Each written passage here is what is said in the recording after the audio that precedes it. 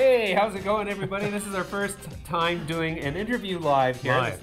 Peter, this is your first time as the new CEO of Cantress. My guest this segment, as promised, and only 2 minutes late, is Mike Gorenstein. He's the CEO of Chronos Group. Mike, thanks for coming back. Thanks for having me again. My guest this segment is John Fowler. He's the CEO of Supreme. Supreme is now trading on the TSX Venture under the symbol FIRE.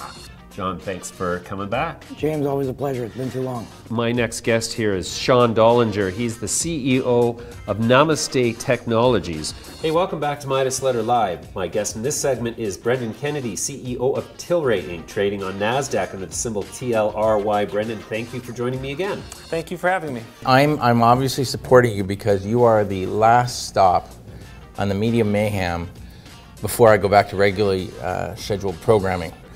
So James, yes, talk to me. All right, Bruce. The Constellation deal.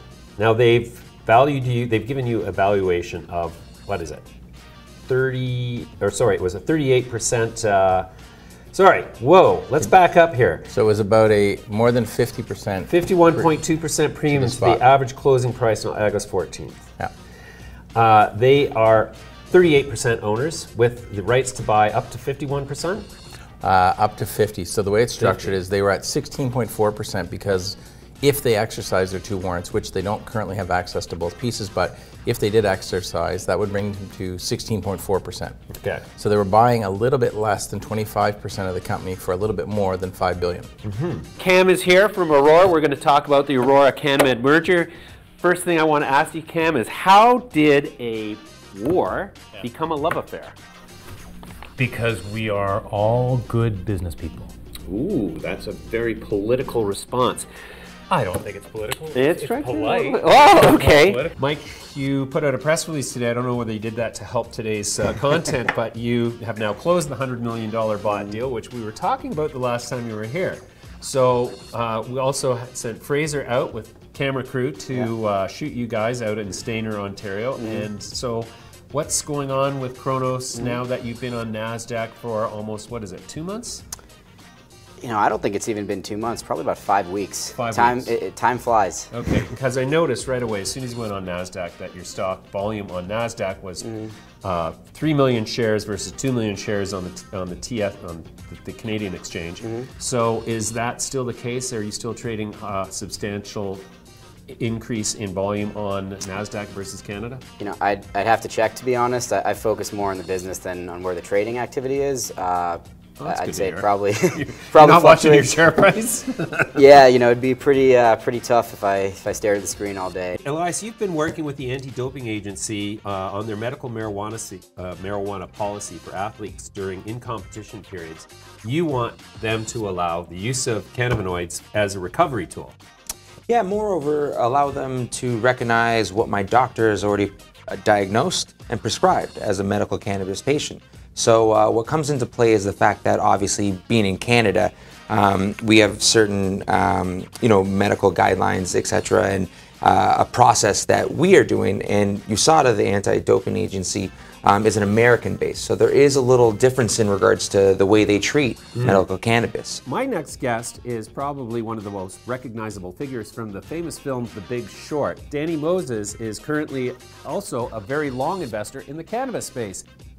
So getting out of the hedge fund business a couple years ago, I decided that I would take a look at cannabis just as an investment opportunity. And me, like many other people who hadn't been involved in cannabis for the last 5 or 7 years, thought of cannabis opportunity as your friend from college or high school that moved to Colorado that decided to grow weed and sell it.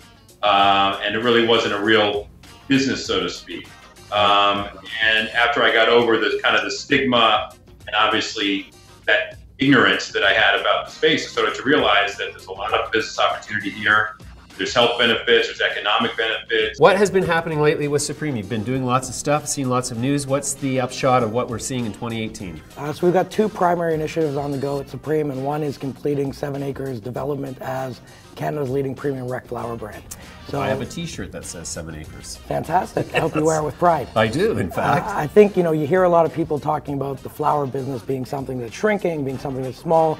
We're seeing it's 40, 50%, sometimes more of mature U.S. markets StatsCan recently said it's close to 80% of the Canadian market. I saw your and tweet it's this a morning. very hard market to do well in because, like growing wine, it's not just producing good grapes, it's finishing a good product. Can we start with what is your role with Chiron Life Sciences? Well, I'm very honored to be now on the board of directors, and I'm very happy with that. This came about when they came to our event in Mexico, this first Canamex, World Summit on Cannabis. We met there and we found out that we're twin souls, that we not only want this business sector to progress, but that we want to be responsible, socially responsible with people. I think that this industry can bring peace and harmony to places like Mexico, to places like Central America, where we have such high levels of violence, and that we need back our youth that is being killed in the streets of Mexico, that is being hired by the cartels, and we need to rescue them. And so I think this is a paradigmatic change. Elias, do you think you could kick my ass in an MMA cage fight? Yes, I do.